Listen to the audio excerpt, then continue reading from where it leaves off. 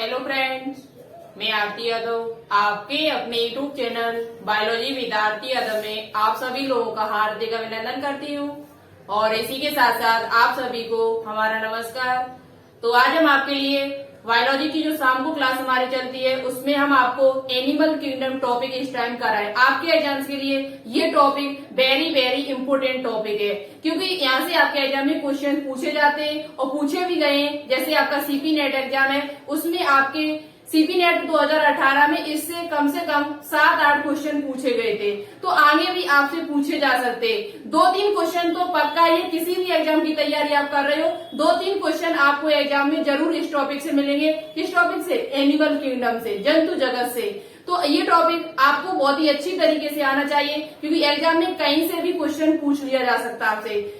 संघ पॉलीफेरा से लेकर और कॉर्डेटा तक आपको सभी फाइलम अच्छी तरीके से आने चाहिए, डिटेल से, तभी आप इन क्वेश्चनों को सॉल्व भी कर पाओगे। ठीक है, तो आज हम आपके लिए एनिमल किंगडम में फिफ्थ जो किंगडम है हमारा एस्के हेलमिंथीज, आज यहाँ पर हम बात करने वाले हैं एस्के हेलमिंथीज, जिसे कहा जाता है, जिसका दूसरा नाम है निवेथ हेलमिंथीज। ये नाम भी आप लोग याद कर लेना, एस्के हेलमिंथीज या निवेथ हेलमिंथीज के नाम से भी इसे जाना जाता है। ठीक है, तो बहुत ही इम्पोर्टेंट है और इस फाइलम में बहुत कुछ बदला हुआ है। इस फाइलम में बहुत कुछ बहुत ही बदला हुआ है। प्लेटी हेलमिंथीज से देखा जाए तो इसमें बहुत सारी चीजें बदली हुई है। क्या चीजें बदली हुई है? तो आज की वीडियो में हम आपको पूरा डिटेल से वो सभी पॉइंट बताने की कोशिश करूंगी जो आपके एग्जाम में आपसे पूछे जा सकते हैं। तो आज की वीडियो आप लोग बिल्कुल भी स्किप मत कीजिएगा, छोड़ के मत जाइएगा, लास्ट तक हमारे साथ बने रहना। तो चलिए आज के टॉपिक को स्टार्ट करते हैं, टाइम ना वेस्ट करते हुए। तो सबसे पहले बात करते हैं कि एस्के हेलमिंथीज को और क्या कहा जा सकता है और किस नाम से इसे जाना जाता है। तो देखो, एस्के हेलमिंथीज को गोल्ड क्रमी के नाम से भी जाना जाता है। किस क्रम के नाम से? गोल्ड क्रमी। इसे इंग्लिश में कहा जाता है राउंड वर्म, राउंड वर्म, गोल्ड क्रमी के नाम से भी जाना जाता है। ये नाम आप लोग याद कर लें, बहुत ही इंपोर्टेंट है। पूछा जाता है कि निम्न में से कौन सा गोल्ड क्रमी है, उनके सदस्यों के नाम दे दिए जाएंगे। आज हम आपको एस्केरिस के बारे में बताएंगे। एस्केरिस जो आपका है, जो जीव है, वो आपके इसी में आता है, एस्के हेलमिंथीज में। ठीक है, तो बात करते हैं, इसे गोल्ड क्रमी के नाम से भी जाना जाता है, जाना जाता है। इसमें बहुत बदलाव आए। पहली बात तो क्या क्या बदलाव आए हम अभी आपको बता रहे हैं। ठीक है, प्लेटी हेलमिंथीज से देखा जाए तो इसमें बहुत कुछ बदलाव आए और हमने आपको पॉलीफेरा से लेकर और प्लेटी हेलमिंथीज तक सभी कंप्लीट करा भी दिए। अब बात करते हैं कि ये रहते कहाँ है, आवास क्या है इनका है, हैबिटेट कहाँ पर है। तो आवास की बात कर लेते हैं।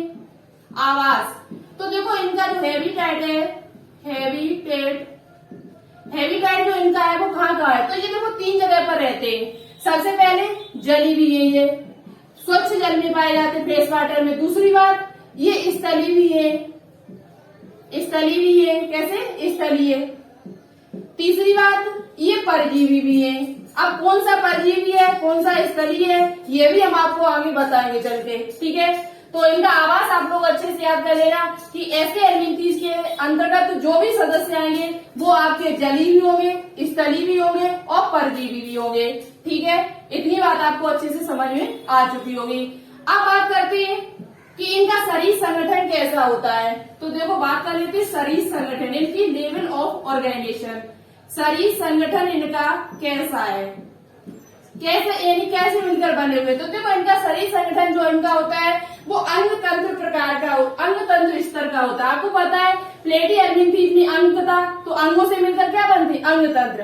देखो आपको पहले से पता है ये बात तो कि कोशिका है कोई, जो पॉलीफेरा थे वो कोशिका स्तर था उनका। फिर उसके बाद कोशिका से क्या बनते? ऊतक बनते हैं और ऊतक से क्या बनते? अंग, और अंग से क्या बनते? अंग तंत्र। ठीक है, इतनी बात आपको पहले से पता है। तो ये जो इनका जो शरीर संगठन है एस्के हेलमिंथीज का, वो आपका अंग तंत्र स्तर है। कैसा है?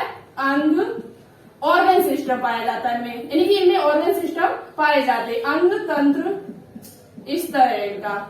कैसा है? अंग तंत्र स्तर। ठीक है, तो इतनी बात आप लोग अच्छे से क्लियर कर लेना। जबकि इसका पीछे वाला जो फाइलम था वो कैसा था? केवल ऑर्गन था, ऑर्गन लेवल उसका था। अब दूसरी बात करते हैं, इसमें जर्म लेयर कैसी होती है, समिति कैसी होती है। पहले समिति की बात कर लेते हैं, सिमेट्री, समिति। समिति कैसी होती है, तो इसकी जो समिति होती है पीछे वाले फाइलम की द्विपार्श्व थी, तो ऐसा तो होगा नहीं कि पीछे घटता है, द्विपार्श्व ही होगी। तो यहाँ पर जो समिति होगी वो बाइलेटरल होगी, द्विपार्श्व समिति, द्विपार्श्व समिति यानी कि बाइलेटरल सिमेट्री। ठीक है, द्विपार्श्व समिति का मतलब क्या है, जिसको दो बराबर भागों में बांटा जा सकता है, जिसे दो बराबर भागों में दाएं बाएं भाग में बांटा जा सकता है। जैसे मनुष्य, तो मनुष्य को या बीच से ऐसे देखा जाए, रेखा खींची जाए तो दो बराबर भागों में ये बंट जाएगा, एक हाथ इधर तो एक हाथ इधर, एक नाक का हिस्सा इधर, एक इधर, एक आंख इधर तो एक आंख इधर, तो यानी कि दो बराबर भागों में इसे बांटा जा सकता है। इसका मतलब क्या होता है, द्विपार्श्व समिति, दो पार्श्व समिति। दो माने क्या, दो पार्श्व मतलब किनारे, दो किनारों में दो बराबर भागों में इसे बांटा जा सकता है। अब बात करती हूँ तीसरी, इनका जनन स्तर कैसा होता है, जनन स्तर कैसा होता है। तो देखो इनका जनन स्तर आपको पहले से पता है, प्लेटिहेल्मिन्थी जो थे आपके वो कैसे थे, त्रिकोरकी थे, तो त्रिकोरकी भी इनका ही होगा। कैसा होगा, त्रस्तरीय, त्रस्तरीय यानी ट्रिकोब्लास्टिक, त्रस्तरीय, त्रस्तरीय कह दो या त्रिकोरकी कह सकते हो, त्रिकोरकी। ठीक है, त्रिकोरकी। ओके, यानी कि ट्राइप्लोब्लास्टिक, इंग्लिश में लिख सकते हो ट्राइप्लोब्लास्टिक। ठीक है, अब आप इनका जनन स्तर त्रस्तरीय हो गया। अब बात करते हैं चौथी, इनकी सीलोम कैसी होती है, सीलोम इनकी कैसी होती है। तो देखो सीलोम के बारे में हम आपको प्रत्येक वीडियो में बताते चले आ रहे हैं कि इनकी जो सीलोम होती है वो कैसी होती है, सीडो सीलोमेट होते हैं, यानी कूट गुही होते हैं। इनमें जो सीलोम होती है वो पूर्णता नहीं पाई जाती है। सीलोम का मतलब क्या होता है, तो हम आपको ये पिछली वीडियो में बता चुके हैं, वीडियो नंबर जो आपकी फर्स्ट होगी उसमें। सीलोम की बात कर लेते तो कूट प्रगुही होते हैं, कैसे होते हैं, कूट प्रगुही, कूट प्रगुही यानी कि pseudocoelomate, pseudocoelomate, pseudocoelomates होते हैं यानी कि कूट प्रगुही, यानी कि इनमें जो सीलोम होती है वो यानी कि सीलोम यानी कूट प्रगुही कैसी है, तो देखो ऐसा है इसमें, जैसे कि ये हमारा ये जैसे कि कोई ये बीच का हिस्सा है, यानी कि इसमें जो आपका मीजोडर्म होगा, जिसमें मीजोडर्म जो आपका है वो उसमें थैलियों की तरह बगरा हो, थैलियों की तरह उसमें बिखरा हुआ होता है। जब मीजोडर्म की जो परत होती है वो थैलियों की तरह जब बिखरी होती है तो उसे कहा जाता है कूट प्रगुही, यानी कि मीजोडर्म है, तो मीजोडर्म जो स्तर होती है वो है तो, लेकिन वो पूर्णता नहीं है सही से, यानी कि थैलियों की तरह ये बगरी हुई यानी बिखरी हुई होती है, तो इसे कहा जाता है कूट प्रगुही। क्या कहा जाता है, कूट प्रगुही। तो इसकी जो सीलोम होती है, अब आपको पता है इसके पीछे वाला जो फाइलम था हमारा प्लेटिहेल्मिन्थी, उसकी जो सीलोम थी वो आपकी कैसी थी, वो सीलोमेट थी। कैसी थी, ए सीलोमेट, यानी कि उसमें अब हुई कह सकते हो उसे, उसमें सीलोम नहीं पाई जाती, लेकिन इसमें थोड़ा विकास हुआ, इसमें थोड़ा विकास हुआ, तो विकास हुआ तो उसमें कैसी अब आ गई, अब यानी कि सीलोमेट से ए सीलोमेट से कैसी हो गई, कूट सीलोमेट हो गई, यानी कि सीडो सीलोमेट, यानी कि कह सकते हो आपके झूठ गुहा, असत्य गुहा कह सकते हो, यानी कि है तो लेकिन पूर्णता नहीं है। ठीक है, इतनी बात आपको समझ। ये पहला ऐसा फाइलम है, फर्स्ट फाइलम ऐसा है जिसमें जो सीलोम है वो आपकी कूट प्रगुही है, इनकी सीडो सीलोमेट होती है। ठीक है, फर्स्ट फाइलम है ये, कैसा फाइलम है, फर्स्ट फाइलम। इतनी बात आपको समझ में आ चुकी। अब बात करते हैं इनका बॉडी प्लान कैसा होता है, तो हम ऊपर से यहाँ से साफ कर रहे हैं। देखो इतनी बात है, इस अच्छे से नोटबुक पे नोट डाउन कर लेना, नहीं तो इसका स्क्रीनशॉट ले लेना। पहली बात तो आपको क्या याद करना है, एस्के हेल्मिन्थीज को गोलक्रमी कहा जाता है, इनकी राउंड वॉर्म कहा जाता है। इनका आवास क्या होता है, तो जलीय स्तरीय परजीवी होता है। शरीर संगठन कैसा होता है, तो अंग स्तर का होता है, इनकी अंग तंत्र इसमें पाए जाते हैं, ऑर्गन सिस्टम पाया जाता है। समिति कैसी होती है, तो द्विपार्श्व समिति होती है, इनकी बाइलेटरल सिमेट्री होती है।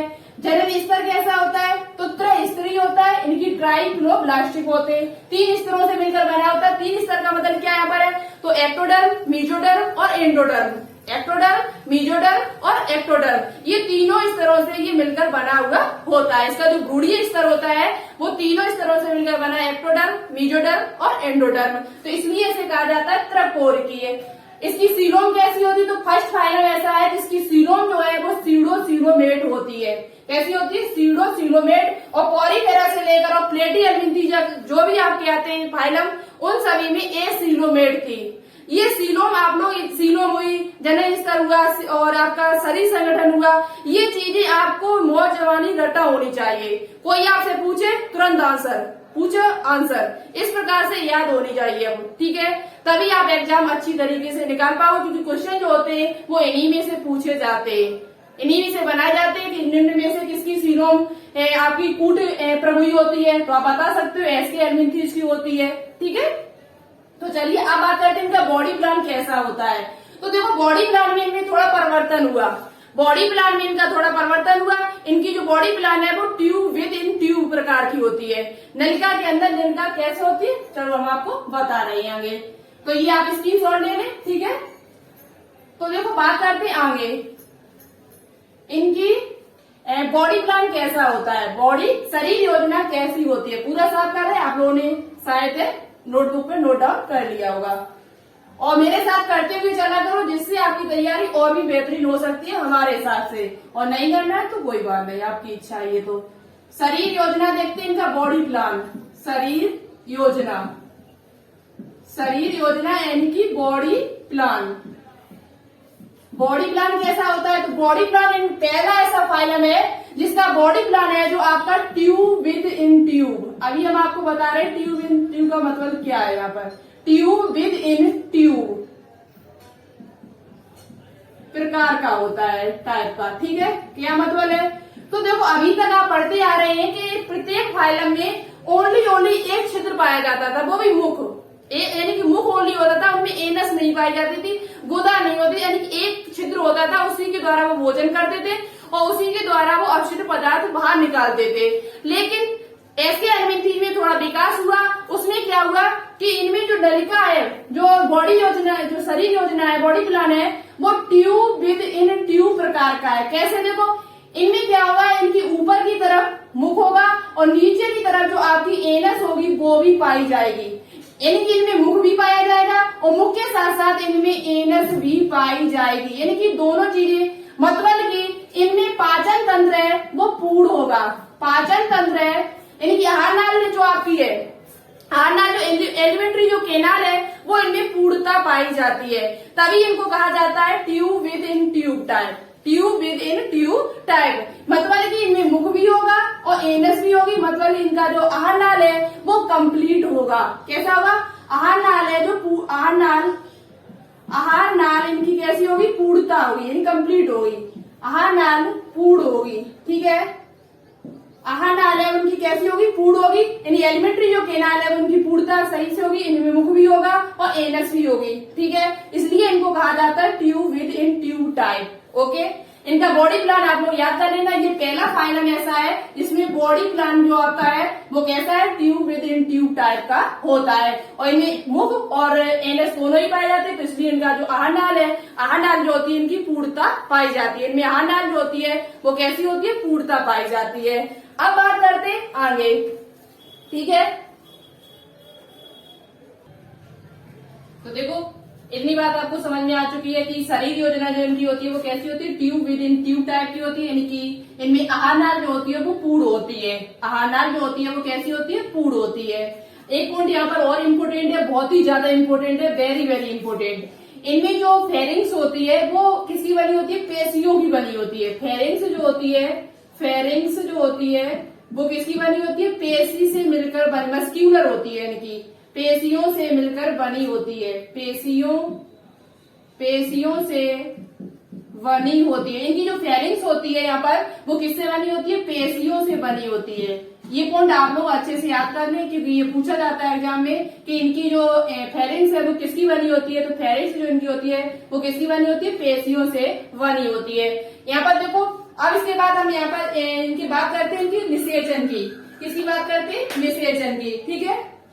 तो इतनी बात आपको समझिए, शरीर योजना याद कर लेना, जनन सीलों में याद कर लेना इनकी। तो देखो सीलों में परिवर्तन है इनके, और साथ ही साथ किसमें परिवर्तन है, बॉडी प्लान में, और इनके शरीर संगठन में कैसा हुआ, अंग तंत्र प्रकार का हुआ है।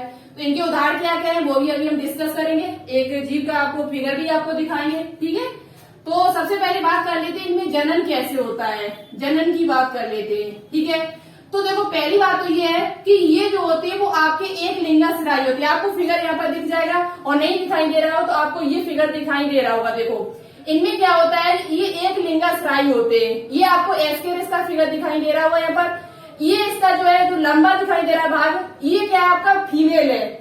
याद रखिए इस बात का, एस्केरिस जो होती है उस एस्केरिस में जो फीमेल होता है यानी जो मादा होती है वो आपकी लंबी होती है। कितनी होती है, लगभग 8 से लेकर 13 mm लंबी। और जबकि जो नर होता है इसका, जो आपका मेल होता है वो आपका छोटा होता है। कैसा होता है, छोटा। आपको फिगर यहाँ दिखाई दे रहा है, नहीं तो ये दिखाई दे रहा होगा आपको। लगभग वो होता है 2.5 mm। तो पहली बात इसमें है, जो नर जो होता है वो कैसा होता है, छोटा होता है, छोटा होता है। और मादा जो इसकी होती है एस्केरिस की, किसकी, एस्केरिस की। एस्केरिस जो आपका है जी वो किसके अंतर्गत आता है, तो एस्के हेल्मिंथीज के अंतर्गत आता है। एस्केरिस, आपको जो फिगर दिखाई दे रहा है वो एस्केरिस का दिखाई दे रहा है। इसमें नर जो होता है वो छोटा होता है, मादा जो होती है वो कैसी होती है, लंबी होती है। लगभग कितनी होती है, तो लगभग ये 8 से लेकर 13 mm। और ये कितना होता है, तो 2 से लेकर 5 mm, 2 से लेकर 5 mm लंबी होती है। नर छोटा होता है, मादा लंबी होती है। दूसरी बात, इनमें जनन कैसा होता है, उभयलिंगाश्रायी होती है, एक लिंगाश्रायी होते हैं। तो हमने आपको पहले ही दिखा दिया कि इनमें नर और मादा कैसे अलग अलग, और जहाँ नर और मादा अलग अलग होते हैं उन्हें कहते हैं एक लिंगाश्रायी। क्या कहते हैं, एक लिंगाश्रायी। तो इनमें नर अलग है, मादा अलग है, ये दोनों एक ही में होते तो इसे कहा जाता है उभय लिंगाश्रायी, हर्माफ्रोडाइट। तो ये कैसे अलग अलग है, तो इसका मतलब है कैसे होते हैं, एक लिंगाश्रायी होते हैं। तो यहाँ पॉइंट लिख लीजिए आप, एक लिंगा, ये कैसे होते हैं, एस्के हेल्मिंथीज के अंदर जो जीव आते हैं वो आपके कैसे होते हैं, एक लिंगाश्रायी होते हैं। एक लिंगाश्रायी, ठीक है। इसे इंग्लिश में क्या कहा जाता है, तो इंग्लिश में कहा जाता है डायोसियस,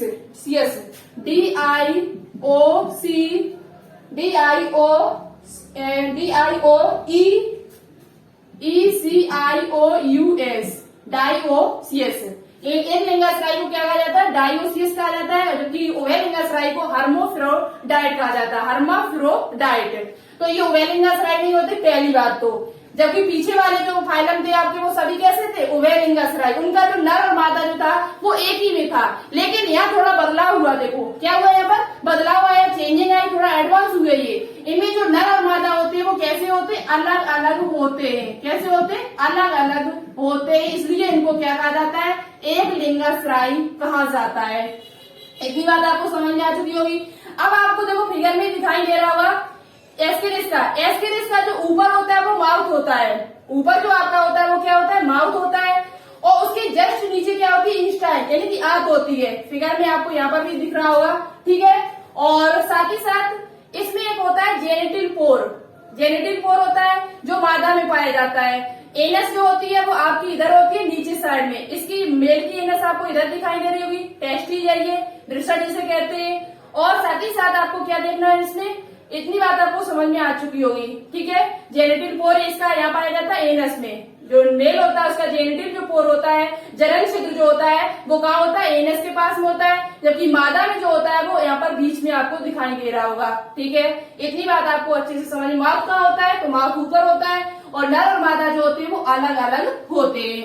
अब बात करते हैं निषेचन कैसा होता है। तो इनमें निषेचन जो पाया जाता है वो आंतरिक निषेचन होता है। निषेचन की बात की जाए तो कैसा निषेचन होता है, आंतरिक निषेचन होता है। आंतरिक निषेचन, इंटरनल फर्टिलाइजेशन। जो निषेचन होता है वो कैसा होता है, आंतरिक निषेचन होता है। अब बात करते हैं कि जो परिवर्तन है वो किस प्रकार का है। तो परिवर्तन जो होता है वो आपका प्रत्यक्ष और अप्रत्यक्ष दोनों प्रकार का पाया जाता है। प्रत्यक्ष और अप्रत्यक्ष दोनों प्रकार का पाया जाता है, लेकिन प्रत्यक्ष ज्यादा है। इनकी शिशु से डायरेक्ट वयस्क बनना, जैसे कि मनुष्य में क्या होता है, शिशु से क्या बनते हैं, वयस्क बन जाते हैं, एडल्ट हो जाते हैं। और जब शिशु यानी कि लार्वावस्था जब बीच में आ जाए तो वो होता है अप्रत्यक्ष। कैसा होता है, इनडायरेक्ट होता है। तो इसमें जो परिवर्तन है वो कैसा है, प्रत्यक्ष और अप्रत्यक्ष दोनों प्रकार का पाया जाता है। प्रत्यक्ष और अप्रत्यक्ष दोनों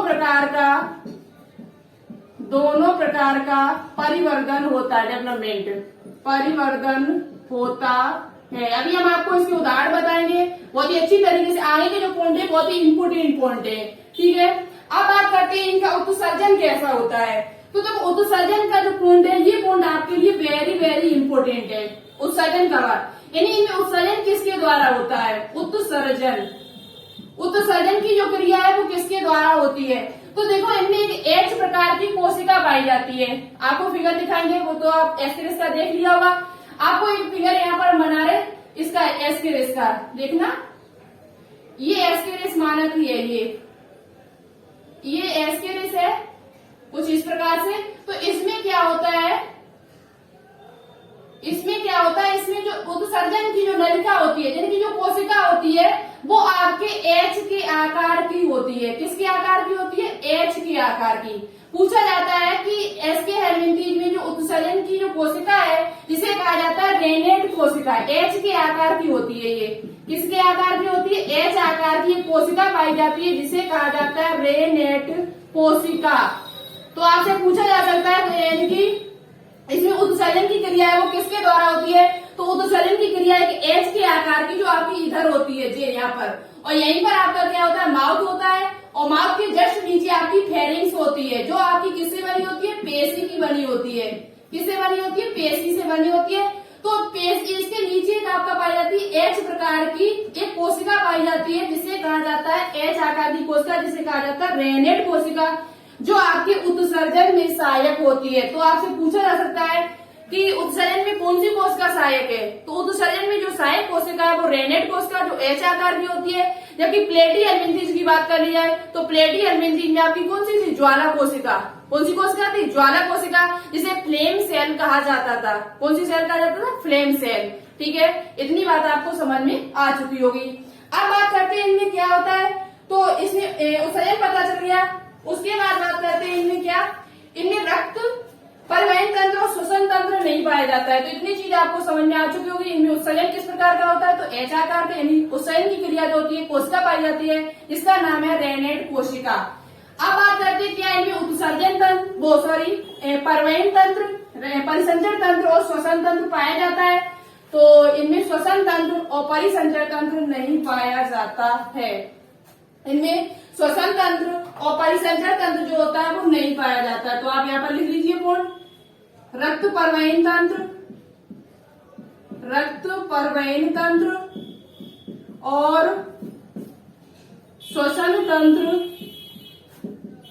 श्वसन तंत्र अनुपस्थित होता है, अब्सेंट होता है। ठीक है, इतनी बात आपको समझ में आ। देखो हम वही पॉइंट डिस्कस यहाँ पर कर रहे हैं जो आपके एग्जाम्स के लिए इम्पोर्टेंट है, और जितने भी पॉइंट हम यहाँ पर लिखा रहे हैं सभी इम्पोर्टेंट है। ठीक है, तो हमारे साथ नोट डाउन जरूर करते रहना। अब लास्ट बात इनकी रह गई ओनली आपके लिए क्या, इनके उदाहरण क्या क्या है। इनके उदाहरण क्या क्या है, क्या क्या इनके उदाहरण, इनकी इसके अंतर्गत कौन कौन से जीव आपके आते हैं। तो सबसे पहले जिसकी बात हम कर चुके हैं वो आपका है एस्केरिस। क्या है? एस्केरिस। एस्केरिस जो होता है वो आपका इसी के अंतर्गत आता है। एस्केरिस जो होता है ये आपका आंतरिक परजीवी होता है। कैसा परजीवी होता है? ये परजीवी होता है वो कौन सा? आंतरिक परजीवी। आंतरिक यानी कि आंत में पाया जाता है, आंतरिक परजीवी होता है, परजीवी होता है। ये आंत में पाया जाता है। कैसे परजीवी होता है? आंतरिक परजीवी होता है। ठीक है, उसके बाद एक उदाहरण आपका कौन सा है? बुचेरिया ब्रिंकोप्टाई। एक आपने नाम सुना होगा बुचेरिया,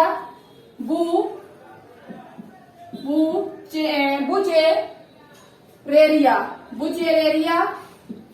एक आपका होता है बुचेरेरिया ब्रिंकोप्टाई। बुचेरेरिया ब्रिंकोप्टाई जो आपका इसे हम फाइलेरिया क्रम भी कहते हैं। क्या कहते हैं?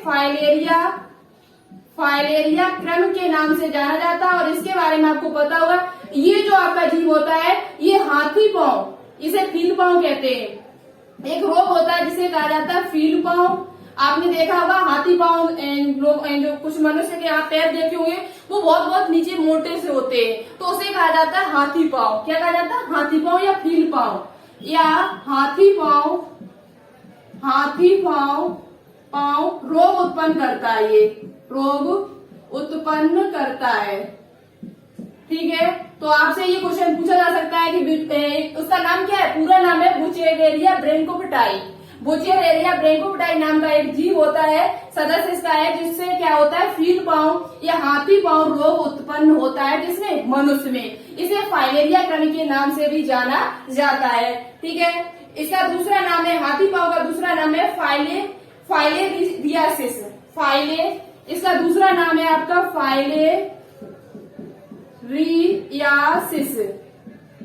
फाइलेरियासिस, ये दूसरा नाम भी इसका है। याद कर लेना तीनों, फाइलेरियासिस, फील पाँव या हाथी पाँव जो होता है वो आपके बुचेरिया ब्रैंकोपिटाई के कारण होता है, जो किसमें होता है, मनुष्य में होता है। अब बात कर ले, एक उदाहरण आपका और है जो इम्पोर्टेंट है, जिसे हुक कृमि कहा जाता है। और हुक कृमि का जो दूसरा नाम है वो आप लिख लीजिए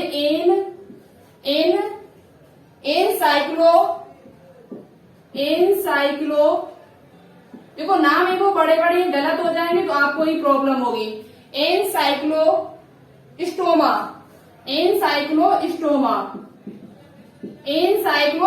नाम का एक जीव है, जिसका दूसरा नाम है हुकवर्म।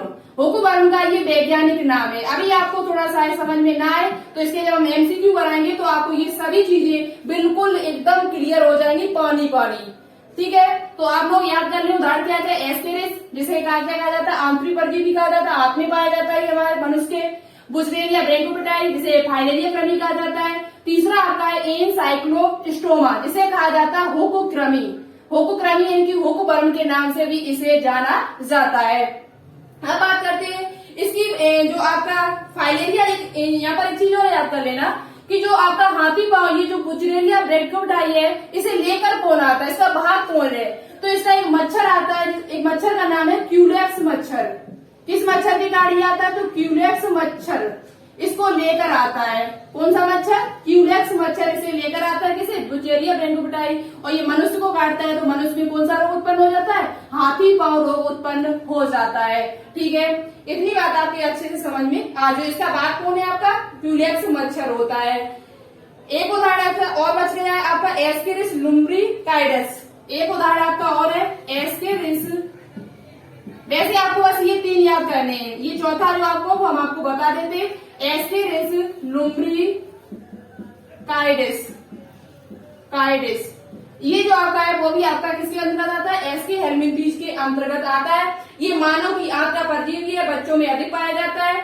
इससे एक रोग उत्पन्न होता है एस्केरियासिस। इससे एक रोग उत्पन्न होता है जिसे कहते हैं एस्केरियासिस। और ये जो होता है वो बच्चों में अधिक पाया जाता है। कहाँ पर पाया जाता है, बच्चों में अधिक पाया जाता है। आपसे पूछा जा सकता है बच्चों में अधिक पाया जाने वाला कौन सा एस्के हेलमिंथ्स है निम्न में से, तो एस्केरिस लुम्ब्रिकाइडस बच्चों में अधिक पाया जाता है।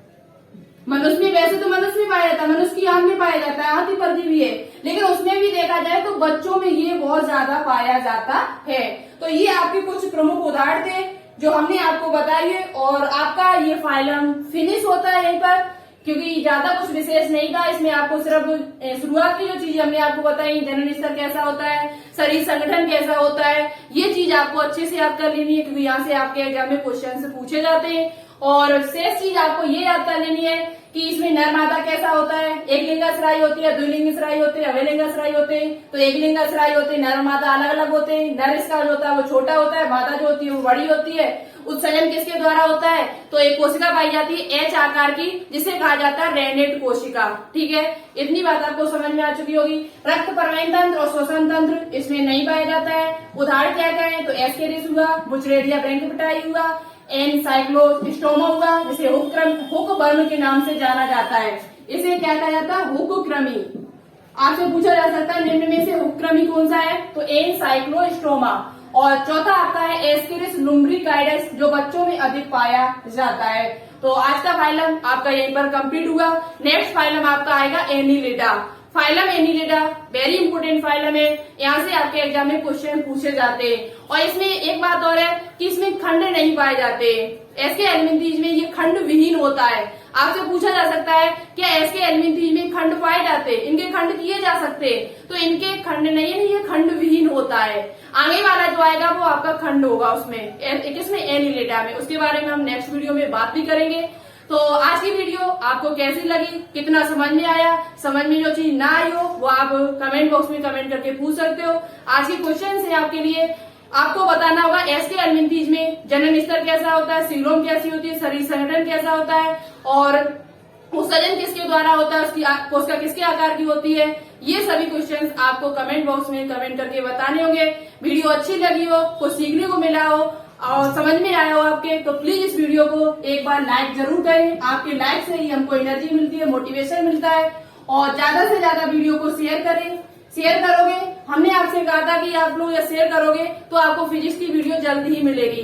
यानी उनका एग्जाम 24 अगस्त को हो जाएगा, उसके बाद आपको वीडियो देने की कोशिश करूंगी मैं फिजिक्स की।